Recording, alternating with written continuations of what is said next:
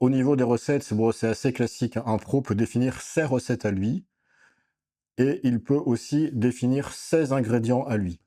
Alors, revenons sur notre exemple. Donc je rappelle en haut, ici on a un déficit de 247 cales souhaité. Le pro peut à tout moment augmenter les apports.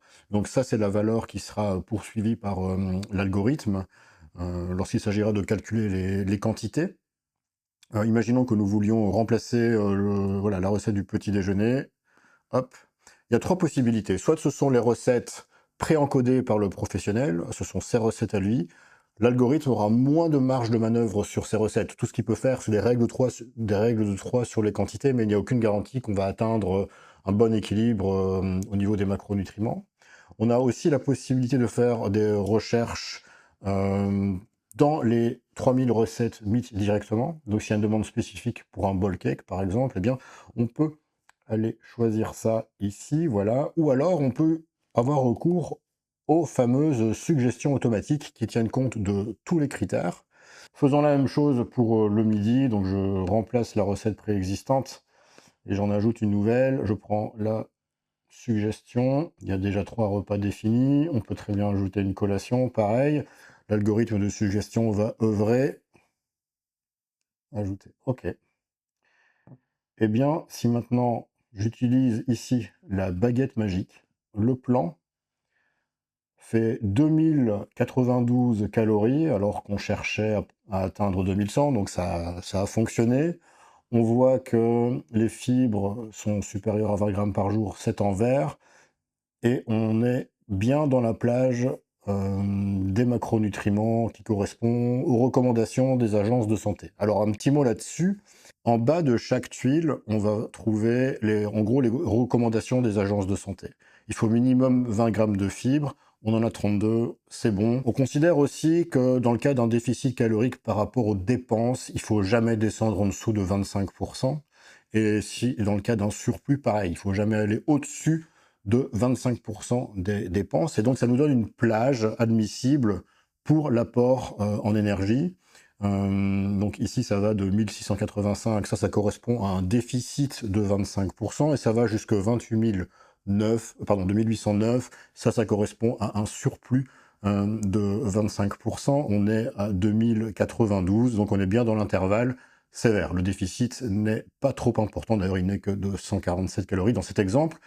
Et la contribution en énergie des différents macronutriments, on la voit ici, elle est bien dans l'intervalle. Donc pour les glucides, on est entre 40 et 65%.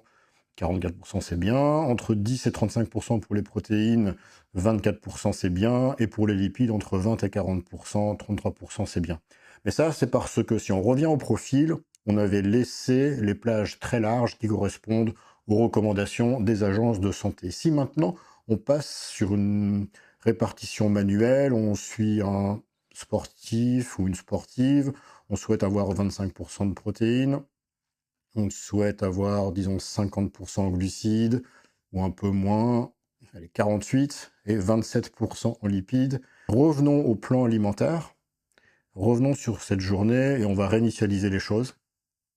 Et là, vous allez comprendre l'intérêt et la puissance, en fait, de ce double algorithme de suggestion d'une part et la baguette magique en un second temps. Suggestion automatique, on n'a plus du tout le ball cake de tout à l'heure. Prenons ça. Et on voit déjà que les macros de cette recette-là sont pile poil ce qu'on voulait. Mais pour y arriver, il y a déjà eu une modification des proportions des ingrédients entre eux. Donc on a des valeurs, voilà, on a 111 grammes avant règle de 3 pour l'apport calorique, mais c'est simplement ici, on s'est assuré qu'on était bon en termes de macros. Faisons la même chose pour le repas du midi. Voilà, waterzouille de Colin, très bien. Maintenant, on lance la baguette magique, oui. Ok. Eh bien, on se retrouve avec...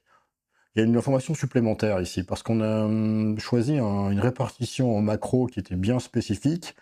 C'est indiqué ici entre parenthèses, donc on voulait bien 48% en glucides, en protéines et en lipides, et on se rend compte que c'est exactement ce qu'on a atteint. Grâce aux suggestions et grâce à la baguette magique, on a atteint exactement l'apport calorique qu'on voulait à une dizaine de calories près, bref, c'est absolument insignifiant.